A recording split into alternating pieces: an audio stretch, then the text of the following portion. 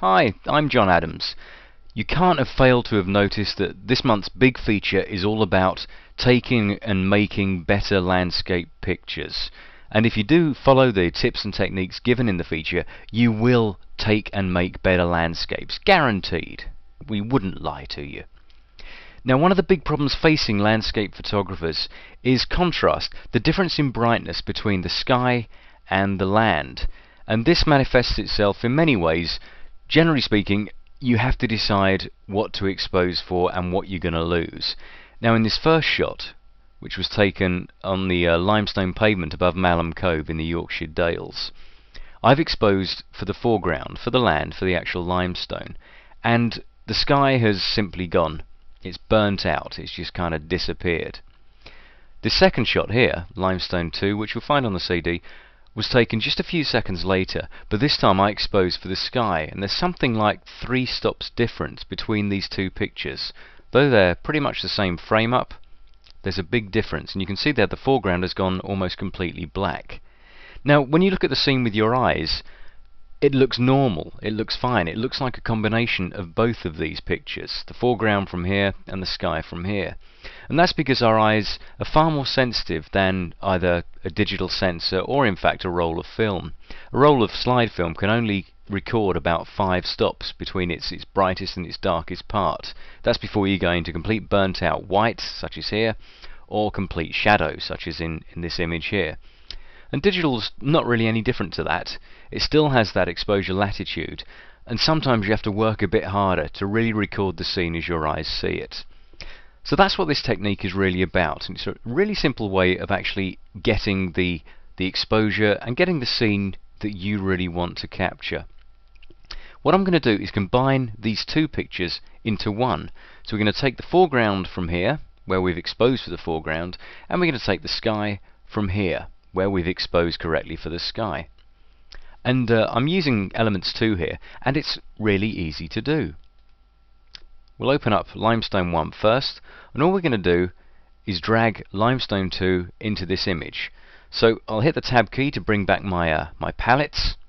Then I'm going to select the Move tool, and then click on Limestone 2, and while holding the Shift key on the keyboard, just drag it in. The Shift key means it will go bang in the middle, and because the images were taken on the same camera just a few seconds apart, it's going to be exactly the same size. Now that we've got the image into the Limestone 1 frame, we can close this one down because it's using up RAM and we don't need it anymore. So now we have our image on screen with 2 layers in it, the layer 1 from Limestone 1 and the layer 2. How do we know that? Well, let's have a look at the layers palette. You can do this quickly and easily in Elements by pressing F11 on the keyboard, and the layers will jump up on the screen. And there you can see the 2 layers. This one that's visible at the moment is layer 1, but we can switch it off with this eye icon, and we see there the background layer lying underneath it. So what we really need to do is remove this foreground from layer 1, and that will reveal, hopefully, the background from lying beneath. So let's just use the eraser tool. Just click on the eraser and then select a brush, 300 to 600 pixels. This is a big area we're gonna cover, so that should be about the right size. And then you simply erase. There you can see I've just removed a strip from layer 1. You can see it there in the thumbnail. If we look at layer 1 separately, there you can see the bit I've just rubbed out, and that's revealing the background layer, the correctly exposed foreground, if you remember, from underneath. So we simply rub it out. And we're doing the same job here digitally that you could do in camera by using a neutral density graduate filter, or an ND grad, or what most photographers refer to as a grey grad. This is just an optical filter that you just hold or place in a holder in front of your lens. It's got a dark half and a clear half, but the dark half is perfectly balanced. It's neutral, so the colours don't get affected. It just kind of puts a pair of shades on the top half of the image. But there we go, and that's as simple as that technique is. You simply rub out the front section of it, and it brings everything into place. We have the sky from our top image, and we have the foreground from our background image, our background layer. You can see there's the original one, and there's our sky layer, our layer 1, and we've just taken out half of it to let it work strongly with the background. So it's a really great simple technique that you can use in Elements. The important thing to make it easy for yourself is to try and use a tripod and lock off your composition nice and firmly. Then use the self timer preferably, so you don't nudge the camera when you press the shutter. Take one picture and then use exposure compensation to dial in normally about -2 on the exposure compensation on your camera. Take another shot, and then you can blend those two images together, just as I have done here, to make a great exposure. So that's how you could do it in Photoshop Elements, but we're now going to take a quick look at what you could do in the full version of Photoshop. I'm going to use Photoshop 7, so let's see what goes on in that package.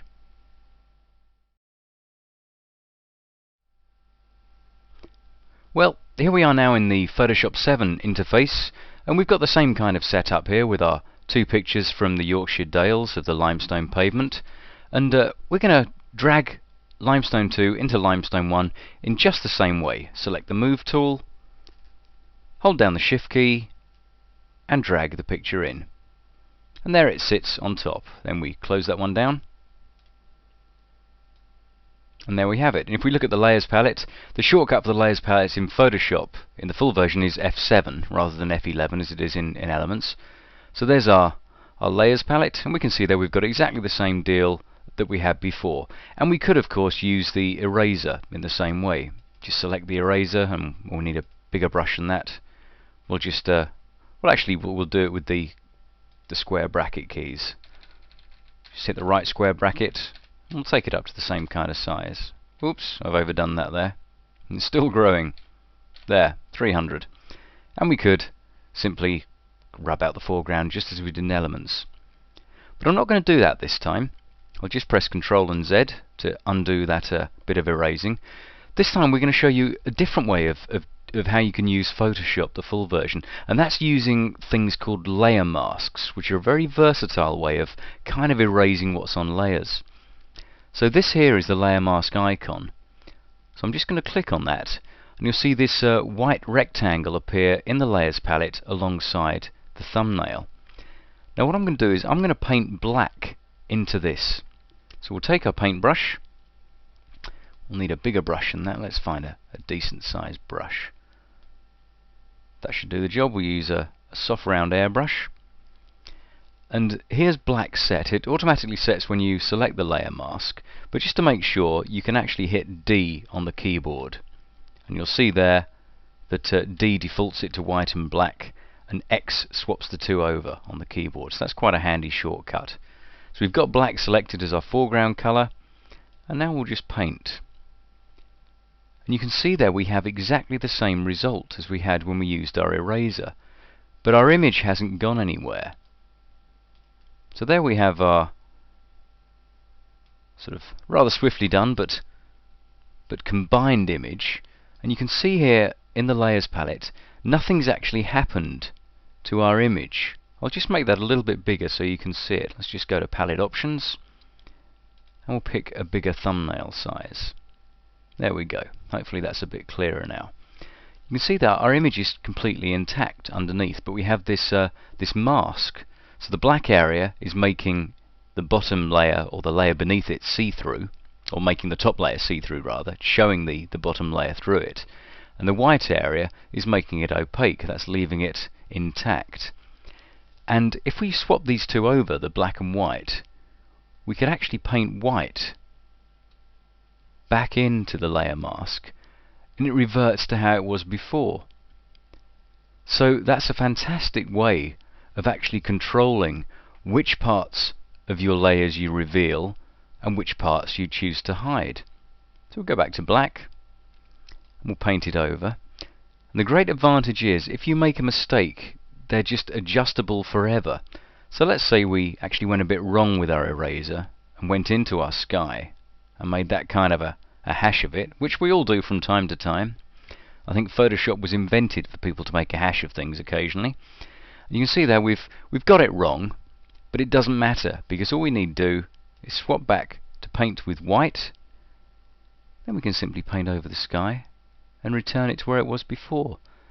So that's a very versatile way of using masking to actually do this digital double exposure technique. And one, if you have the full version, I suggest you start practicing with layer masks, because they are really useful and very, very adaptable too.